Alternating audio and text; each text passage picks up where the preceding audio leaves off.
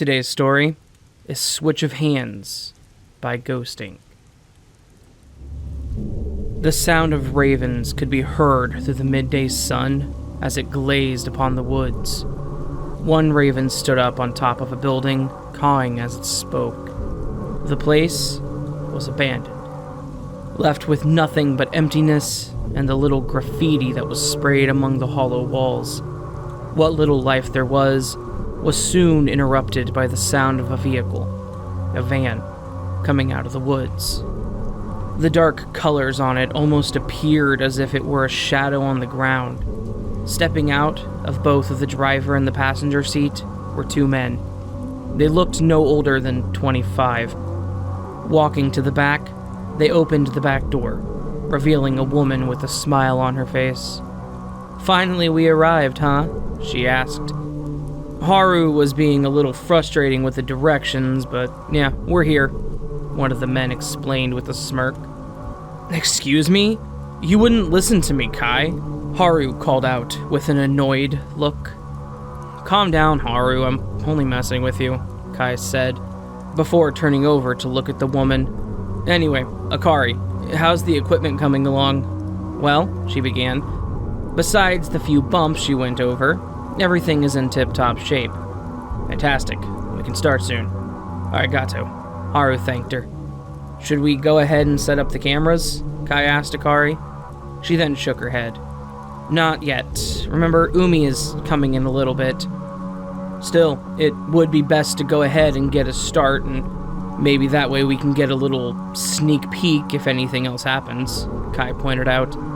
Despite his big brain, he can be smart sometimes, Haru agreed. Kai looked at him confused. "That sentence didn't make any sense.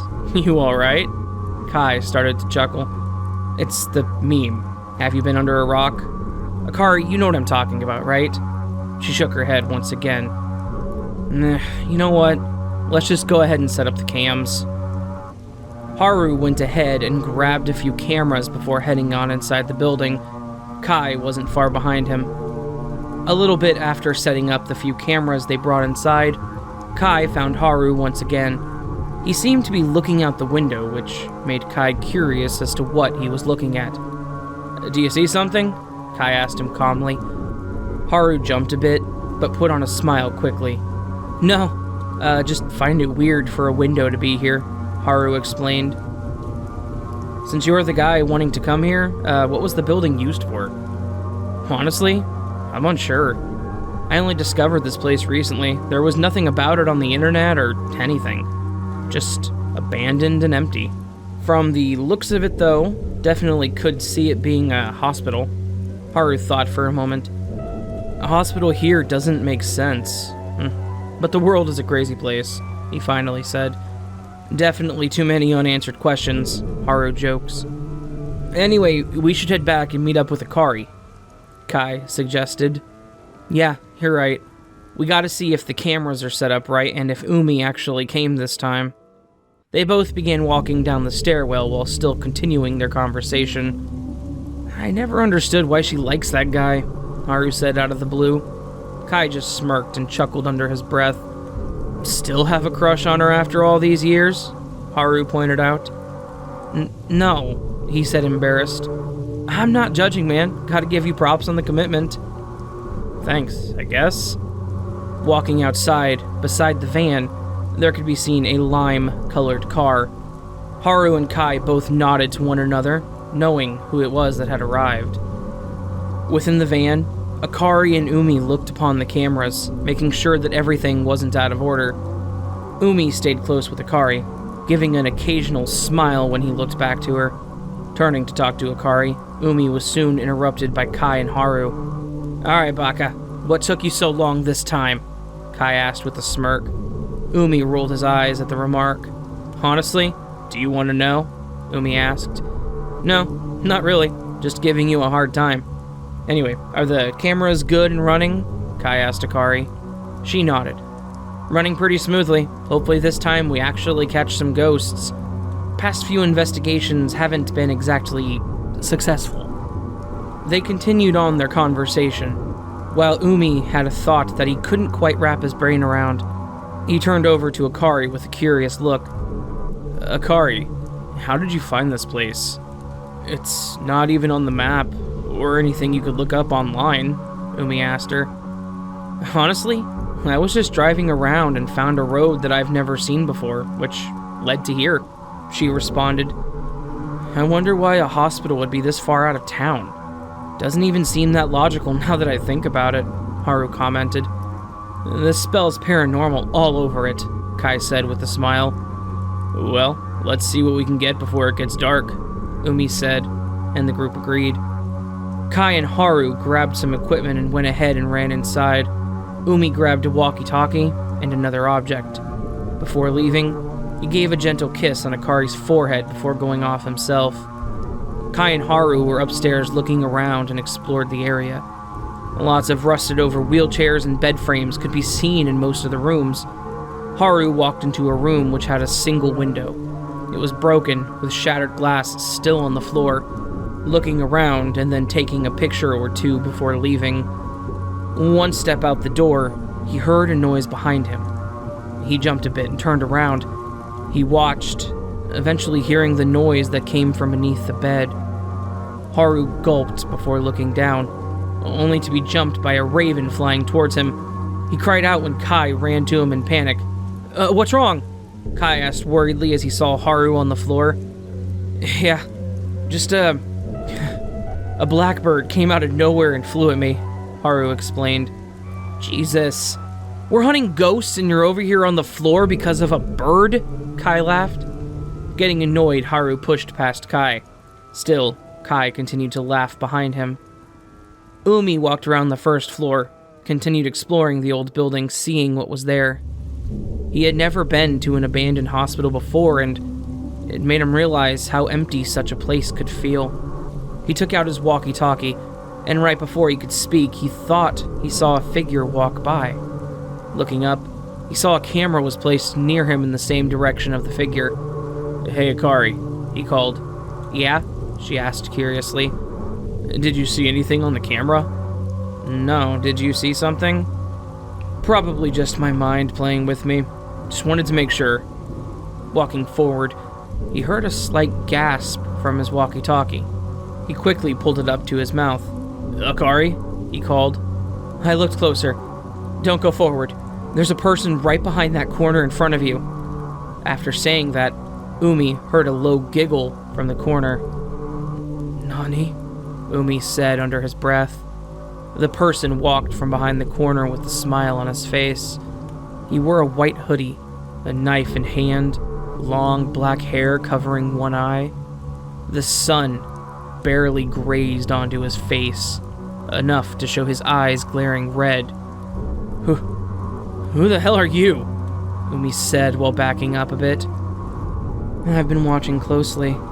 I finally came up with the fact that this isn't Shirokiobi anymore. This isn't the first time I've come here. And now that I have new prey, I should acquaint them, right? He giggled. I don't know what you're talking about. Stay back, or I'll get the police here. Umi warned. A sweat could be seen coming down his forehead. The man just laughed hysterically. He glared once more towards Umi and licked his lips. You weren't the first to pull that on me. Let's see if you can be the first to actually do it. The man dashed forward with his knife. Umi tried grabbing his hand only to miss and have it pierce straight through it. He screamed out in agony as the man got him down to the ground and tried pressing the knife into his neck. The man continued to laugh as he tried pushing it closer and closer, making him bleed slightly. The sound of footsteps rushing down the hallway could be heard. Umi, we're coming, just hold on, Kai yelled. As they got there, they saw that Umi was still putting up a fight. The man stared at them with a smile. He started giggling as he eventually stopped pushing. Umi tried to push him, but before he could touch him, the man slashed deep within his neck without any hesitation. Licking the blood off the knife, Kai and Haru looked at him horrified. Umi! Akari yelled through the walkie-talkie. Now, who's next? The man said with a creepy smile. Without a word, Kai and Haru ran back. The man also quickly pursued them. Trying to run up the stairs, Haru looked back from the corner of his eye. Just as Kai was about to reach the top of the stairs with Haru, the man grabbed him by the back of his shirt, yanking him backwards, causing him to tumble down the concrete stairs. Bones could be heard breaking and even the snap of his neck. Haru watched in horror as he saw his best friend murdered before his eyes. The man turned around with a smirk, only to quickly be surprised by a punch directly in his face. The man fell back a bit, almost losing his footing on the stairs. Looking at Haru, who was full of hatred, the man laughed. "All the times I've been here, never once did they try to fight back," the man said. "Shut up," Haru yelled before throwing another punch. "Not this time." The man dodged and slammed Haru against the wall. He pulled out his knife again and tried going for Haru's neck. Quickly, Haru used his arm and the knife stabbed deep into it. With that distraction, Haru kicked the man back and pulled out the knife from his arm, blood dripping onto the floor, making the man lick his lips. "So red and smooth. Can't wait to have a taste," he said with a smile.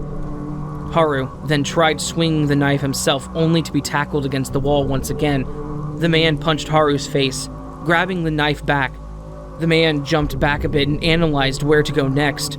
Haru felt tired with the constant blood leaving his body. Behind the man, Haru noticed the window from before. If there was any chance of beating him, this was it. The man attacked once again, leaving an opening. Haru took the chance and punched as hard as he could into the man's face. The man felt disoriented, and then felt a hard kick to the stomach. He fell back and broke the window behind him. The man was about to fall, only to see Haru punch him once more. The man fell through, though Haru noticed something. There was a smile on his face, and he mouthed the words "Arigato." The man fell with a large smack. A pool of blood could be seen as it formed. Tired, Haru stumbled back to the van. His breathing was heavy and he was barely conscious. Blood still dripped from his hand as he fell in the middle of the field. Akari ran out to him in panic. Tears fell from her eyes as she hugged Haru. "Oh God, I'm so glad you're okay," she cried. "Why did this happen?"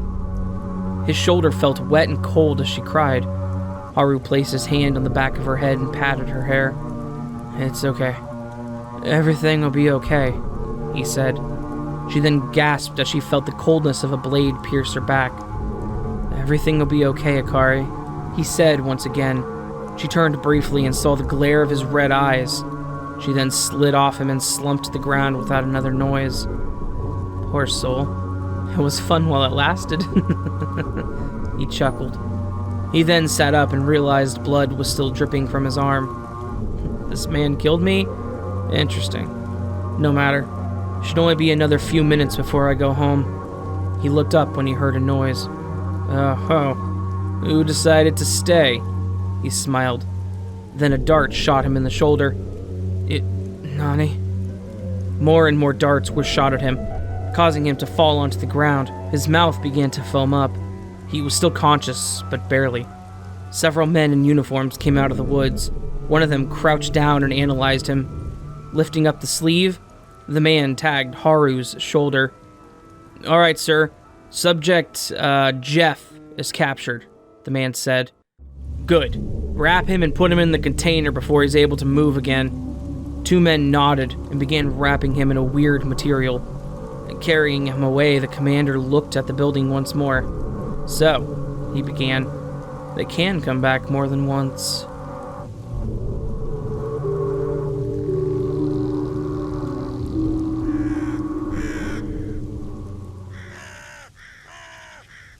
Well then, that was an awesome story. I hope you guys got the reference. I know I did, and I'm pretty sure most of you guys did. You guys all know the story of Jeff and everything, so. Ghost did a fantastic job writing the story, and always a pleasure to work with the man. I'm going to link to his Twitter down in the description. He's a fantastic author and a really good friend of mine, a really good guy, and I genuinely appreciate him. I'm super happy with how this story came out. And yeah, I honestly look forward to working with him and doing more of his stories in the future. So, if you guys liked this, please do consider following him on Twitter and, just kind of keeping up with what he does. Dude is awesome. Legit. So, if you liked the video and would like more content like this, or content that's so vastly different it's like comparing outlets to pool sticks, please consider joining Nevermore. To do so, all you gotta do is hit the subscribe button and the bell icon next to it. Or, you can follow me on social media pages, or you can support the page through Patreon or Coffee. All of this optional, and all of it is very much appreciated. So, yeah, just consider it, please.